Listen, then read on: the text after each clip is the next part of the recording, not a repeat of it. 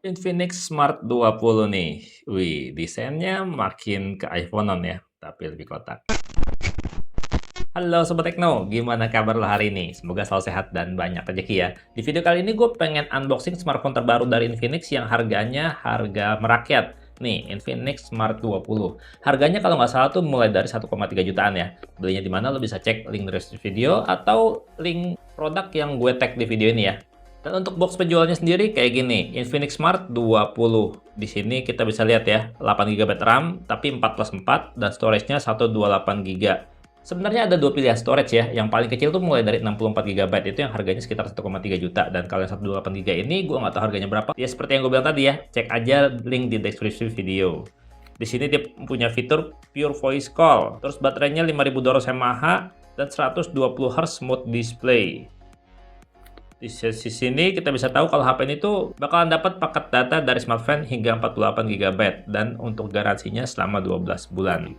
Kalau lihat di sisi sini ada spesifikasi unggulannya nih. Dia itu performanya pakai MediaTek G81 Ultimate. Terus tahan air IP64 rating dan ngecharge-nya 15 watt. Udah mendingan langsung kita eksekusi aja. Langsung kita buka kotaknya ya, HP-nya isinya apa aja. Ini harganya mulai dari 1,3 jutaan. Kalau Smart 10 tahun lalu tuh lebih murah ya, mulai dari 1 jutaan aja. Ini gara-gara kelangkaan RAM dan storage, jadinya harganya pada mahal semua. Oke, di kompartemen pertama tentu aja kita dapetin HP-nya ya, yang masih diplastikin nih, dan kita bahas nanti, kita singkirin dulu. Terus di kompartemen berikutnya nih, ada license by Qualcomm, buku panduan kartu garansi, juga dapat kartu perdana dari Smartfren. Terus kita masih dikasih softcase. Nah ini nih, lihat nih, softcase-nya kualitasnya kayak gini, bukan softcase bening ya, jadinya nggak gampang kuning. Setelah itu kita masih dikasih charger, dimana chargernya ini sayangnya outputnya cuma 10 watt aja. Ada kabel charger yang panjang standar sekitar 1 meter dengan ujung USB atau USB-C, dan terakhir kita dapat ini, dapat SIM card ejector yang bentuknya standar banget kayak gini. Asik banget Infinix, dikasih casingnya tuh bukan casing yang bening transparan yang gampang kuning ya. Casingnya sekarang tuh udah termasuk cakep nih, ini bakalan awet casing kayak gini. Oke, sekarang kita ke HP-nya ya. Masih diplastikin nih. Kita buka langsung aja, diselorotin aja kayak gini. Wih, keren banget ya.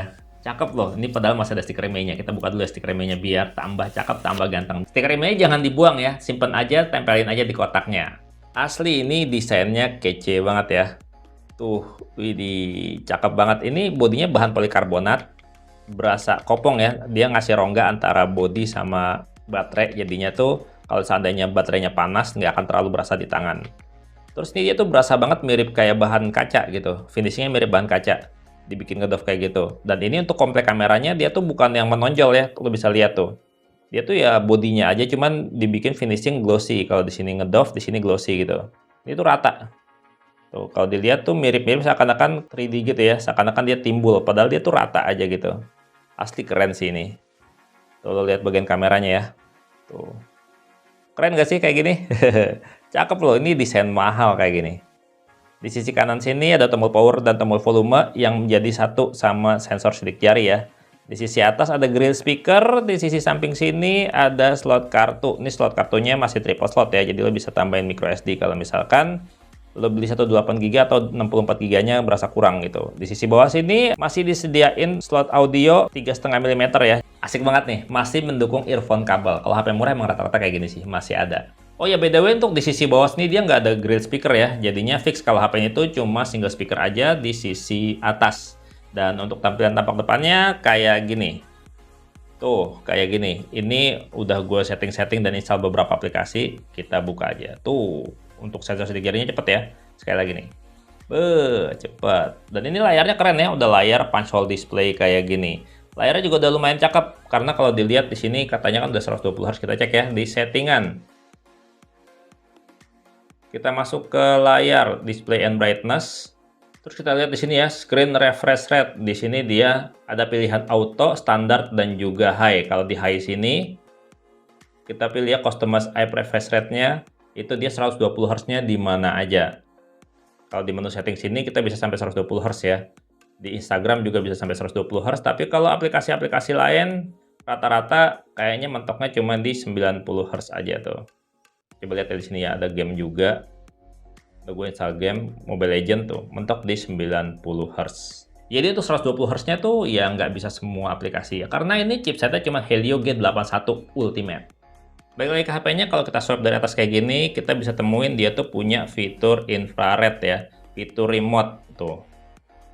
Dia bisa dipakai jadi remote universal, dan untuk infrarednya ada di mana, kemungkinan dia ada di kamera sini ya. Karena di sisi atas ini nggak ada. Tuh, dia udah bisa jadi remote universal. Dan ngomong-ngomong, HP ini tuh udah Android 16 dan udah terintegrasi sama XOS 16-nya Infinix. Yang lo lihat sendiri ya, UI-nya kayak gini. Ini udah lumayan cakep sih UI-nya. Ya cuman kalau untuk masalah software update, kayaknya nggak bakalan dapet software update deh. Ya paling software update-nya cuma di bagian keamanan aja ya, security patch aja. Mungkin sekitar 6 bulan atau setahun, gua nggak tahu. Tapi yang pasti ada security patch. Cuman kalau untuk naik ke Android 17 nanti, ya nggak usah diharapin. Karena ini HP kelas harga sejutaan aja. Sekarang kita cobain ya untuk lihat sensor-sensornya. Pertama gue pengen cek dia punya sensor NFC atau enggak. Kita cari NFC. Sensor NFC itu sensor yang penting banget untuk saat ini. NFC. Kita cari, kayaknya dia nggak ada deh. Tuh, dia nggak punya sensor NFC ya. Ya, jadi HP ini tuh nggak bisa buat cek saldo e-money. Sayang banget. Terus kalau untuk sensor-sensor lainnya kayak gimana, kita coba cek ya. Tuh, HP ini punya sensor cahaya untuk kecerahan layar otomatis tuh ya. Jadinya kecerahan layar otomatisnya nggak bikin kita ribet buat atur-atur kecerahan layar secara manual gitu. Terus dia juga punya sensor gyroscope. Ya, walaupun masih virtual ya, belum hardware sensor gyroscope-nya. Udah lumayan. Dia juga punya magnetic sensor, jadi HP ini tuh bisa fitur kompas. Wah, ini asik nih, kayaknya cocok nih buat driver online karena dia udah punya sensor magnetik, jadi bisa fitur kompas. Mantap. Dan kalau untuk performanya sendiri, pakai Helio G81 Ultimate, lo bisa lihat ya skor AnTuTu-nya 356 ribuan lebih. Di skor kayak gini, kalau buat main game-game yang ringan, ini udah asik harusnya. Tapi di video ini, gue nggak akan ceritain gimana main gamenya ya, karena ini namanya juga unboxing hands-on. Karena kalau untuk tes gaming itu butuh waktu lebih lama ya, bisa sejam 2 jam. Kita cobain main lama tuh ngedrop apa enggak, panas atau enggak. Jadi ya nanti ya, gue lanjutin di video reviewnya aja buat masalah performa gamingnya kayak gimana. Oke, sekarang kita cobain ya buat dipasangin casingnya kayak gimana. Ini belum dipasangin casing nih. Kayak gini nih tampilannya kalau belum pakai casing. Nah, ini casingnya kita pasang. Ini casingnya softcase tapi dia agak tipis ya. Softcase-nya nggak tebal kayak kalau softcase yang bening gitu. Ini softcase-nya yang berwarna dan bertekstur, lo bisa lihat sendiri nih tekstur softcase-nya. Tuh. Dan pada saat dipasangin softcase ini juga tetap keren, apalagi yang warna birunya ini ya, masih nyala loh, keren banget. Kalau menurut lo sendiri gimana nih kalau pakai softcase kayak gini? Ya kalau menurut gue sih cakep ya. Oh by the way, HP ini tuh punya kamera belakang tuh 8 megapiksel aja ya, sementara kamera depannya juga 8 megapiksel. Kita cobain ya untuk kameranya kualitasnya kayak gimana. Pertama kita cobain buat kamera utamanya dulu nih. 8 megapiksel tuh kayak gimana di HP ini. Wih, ini fokusnya lumayan cepat dan detailnya lo bisa lihat ya, udah lumayan cakep. Sekali lagi kita ambil foto. Kayak gitu hasilnya. Sementara kalau untuk kamera depan yang 8 megapiksel, kita cobain juga. Sekarang kita coba untuk mode portraitnya. Kayak gitu tuh, untuk hasil foto-fotonya.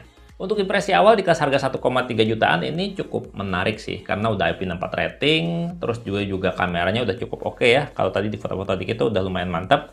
Dan juga dia layarnya udah 120 Hz ya, walaupun nggak bisa di semua aplikasi ya. Cukup menarik. Kalau menurut sendiri gimana Infinix Smart 20 ini? Jangan lupa komentarnya. Dan gue pamit, sampai jumpa di video berikutnya. Bye-bye. Infinix Smart 20. Disandinginnya sama Advan Pixel Touch. Ini layarnya bisa di touch nih.